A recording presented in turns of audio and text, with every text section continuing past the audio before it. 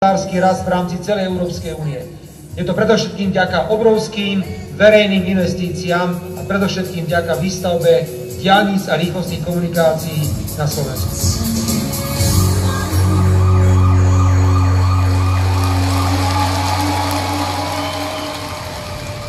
Milí priatelia, odovzdali sme štátnu kasu plnú.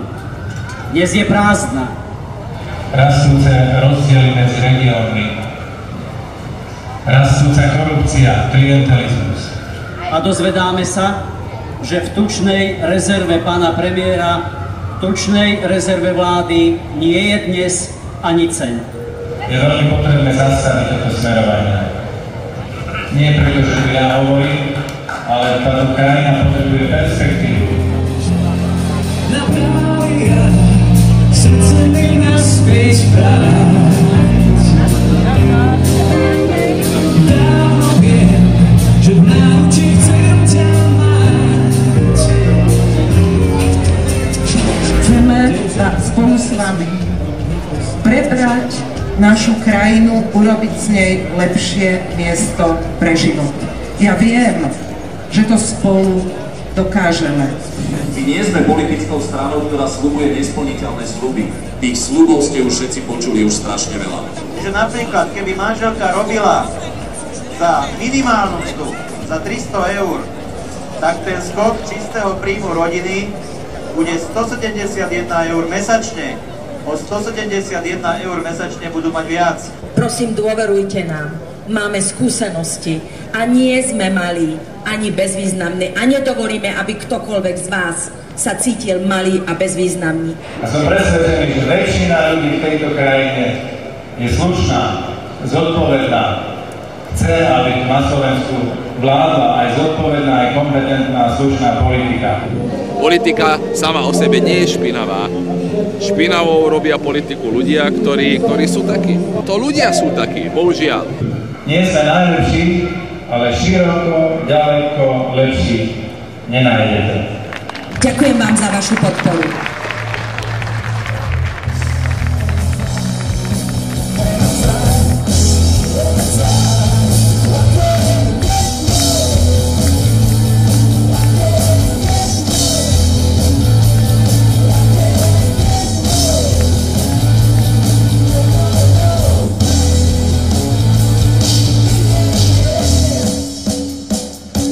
No dobre, tak teba zaujíma môj názor na to, čo si myslím, čo sa deje v túto volebnú noc.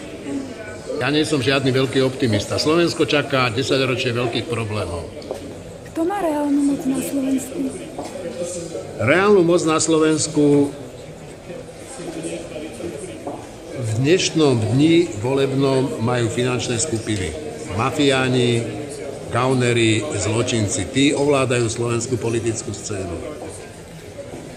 No a či sa to zmení, tak to záleží od toho dnešného volebného výsledku. No ale podľa mňa sa to nezmení. Fico je zločinec non plus ultra, ktorý spojil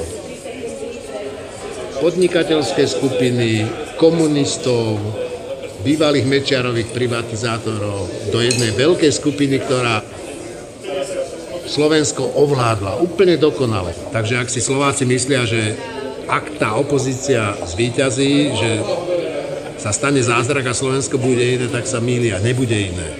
Bude také isté ako dnes, len bude mať šancu sa zmeniť a tá šanca je minimálna. Na čo všetci netrpezlivo čakáme, tu sú výsledky odhadov parlamentných volieb 2010. Takže strany v mieste SDK 2010 strana Smer a pozrieme sa, akým výsledkom.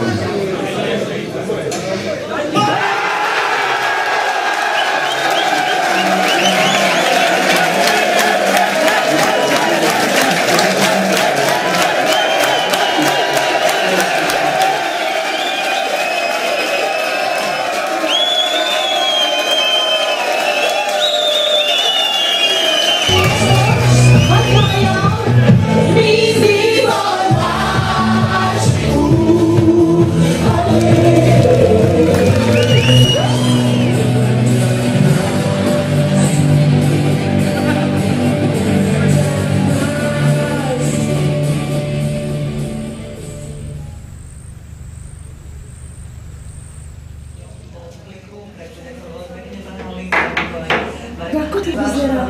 Veľmi dobre.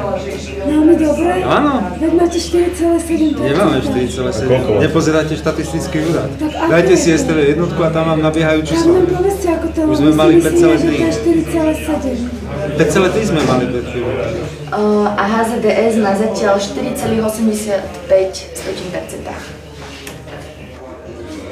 Myslím si, že koniec mečiarizmu by sme už po toľkých rokoch naozaj mohli mať.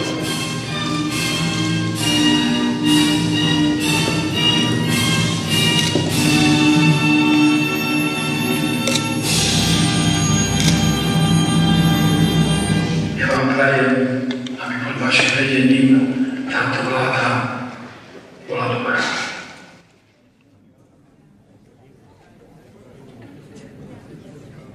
Sto 24 prítomných, 55 za návrh, 9 proti, 60 nehlasovalo.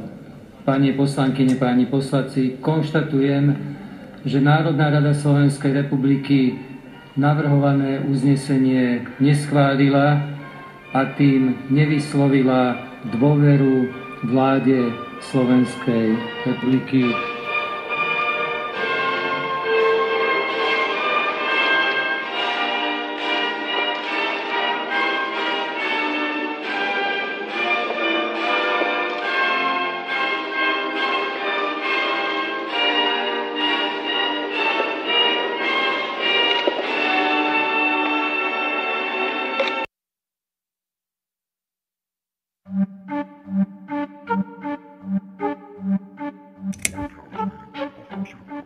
Výpoveď Siskára nahovorená mnou, pretože nebol zbavený mlčanlivosti. Všimol som si, že do susedného bytu na Vazovej ulici, kde som býval, chodí minister hospodárstva a iní členovia vlády spolu s členmi finančnej skupiny. Povedal som to svojmu šéfovi, že by to mohlo byť zaujímavé. Išli sme do toho. 8.1.2006 Jirko Malchárek, Jaroslav Haščák. 17.00 až 18.30. Haščák hovorí, že demokracia je na hovno systém. Volič o ničom nič nevie, volič je hovno. Volič vníma iba absolútny povrch. Haščák má v stredu 11.1.2006 dohodnuté stretnutie s Robertom Ficom. Fico prichádza priamo z autosalónu v Inchebe a pýta sa Haščáka. No čo, jak sa vám darí? Haščák odpoveda, dobre. Poďme si sem sadnúť za stôl. Fico ide na WC. Po návrate sa Haščák pýta Fica, čo si dá. A Fico si vyberá kolu. Odpočúvanie schválil Bratislavský krajský súd. Vyvrtali sme tenký otvor do steny, kde sme vložili mikrofón a zapojili ho. Zvuky boli prenášané elektrickým káblom, takže aj keď niekto kontroloval byt suseda Zoltána Vargu, ploštice vyzerali ako drôty v stene susedného bytu. Tak sa stalo, že uverili, že byt je čistý a bez zábran sa rozprávali o kupovaní poslancov a o nelegálnom stranickom financovaní. Fico hovorí, že v politike je 14 rokov, nie je samovrah a nedá sa po vstupe do vlády predať za 5,50. Haščák sa pýta, ako to vypadá s Jurajom Širokým a Vladimírom Pórom. Fico odpovedá, že so Širokým sa dá, ale že s Pórom je to horšie. Haščák rozpráva Ficovi, že oni v zatvorke Široký, Pór a Kiňo, čo za meno Kiňo, nie sú zvyknutí na konkurenciu a súťaž na trhu a ich obchodovanie je postavené len na lobbingu v zatvorke. Žijú len z lobbingu. Haščák hovorí, že toto je jeho 11. obchod s províziami za privatizáciu, ktorý robí s Palackom. Haščák hovorí, že Mikloš nekradne toľko, ako si Fico myslí. Dokonca rozprávajú ešte o Pavlovi Paškovi. Fico hovorí, že Haščák môže s Paškom dlhodobo počítať. Haščák hovorí, že za históriu svojich obchodov s FNM, ktorých urobil veľké množstvo, dal už províziu asi všetkým funkcionárom prezídia a výkonného výboru FNM. Zvyčajne dostávajú od 2 do 5 miliónov korún za každé hlasovanie v privatizačných komisiách. Malchárek chce výjsť ústrety NL-u v neprospech SR, za čo požaduje motiváciu 1 miliard slovenských korún. Informácie zo SIS začali unikať najprv cez skupinu, ktorá mala na starosti náboženské strany, potom na hlavnom analytickom oddelení a nakoniec najväčší únik bol, keď šéf kontrarozviedky predal Pente a ministrovi Malchárkovi audionahrávky. Napísal som list riaditeľovi SIS Magalovi, že sa tým ohrozila bezpečnosť mojej rodiny. Začal som sa báť Vargovej pomsty. Vyhražal sa mi. Snažil som sa nájsť na Slovensku dobrého prokurátora, ktorý by mi pomohol. Nenašiel som ho. Oslovil som aj politikov. Nepomohli mi. Nakoniec som sa stretol s novinárom, ktorého články sa mi páčili. Dal som mu spis. Tam v tom kufríku máš ten spis. Originál. Hej. Stretol som s operatívmi Úrad boja proti korupcie, ktorého som poznal. A som im ukázal ten spis, oni išli za nadriadených a vrátili sa sklamaní, že ich šéfovia sa smiali toho ksichtu, že čo si myslí, že to dalo ísť priamo. Tak, a kto boli tí šéfovia? No, vedenie Úrad boja proti korupcie. A kto tam bol vtedy? No, šéf bol Tibor Gašpar, ktorý je spomenutý v spise. A jeho právoruka bol Jan Rejda, ktorý tiež sa objaví v spise. Tak povedal, že nemá to šancu, že nikto do toho nejde. Tak som to len nosil so sebou. Došlo k zvratu po voľbách v roku 2010, keď ten siskár, ktorý je hlavný zodpovedný na ten spis, začal písať listy, že premiérke, ministrovi Lipšicovi aj Žitňanskej. A polícia znovu na mňa obrátila, že či by som mohol odovzdať ten spis. Ja, že no, vy tu už máte. No, že bohužiaľ sme to stratili. Tak som mi znovu odovzdal spis.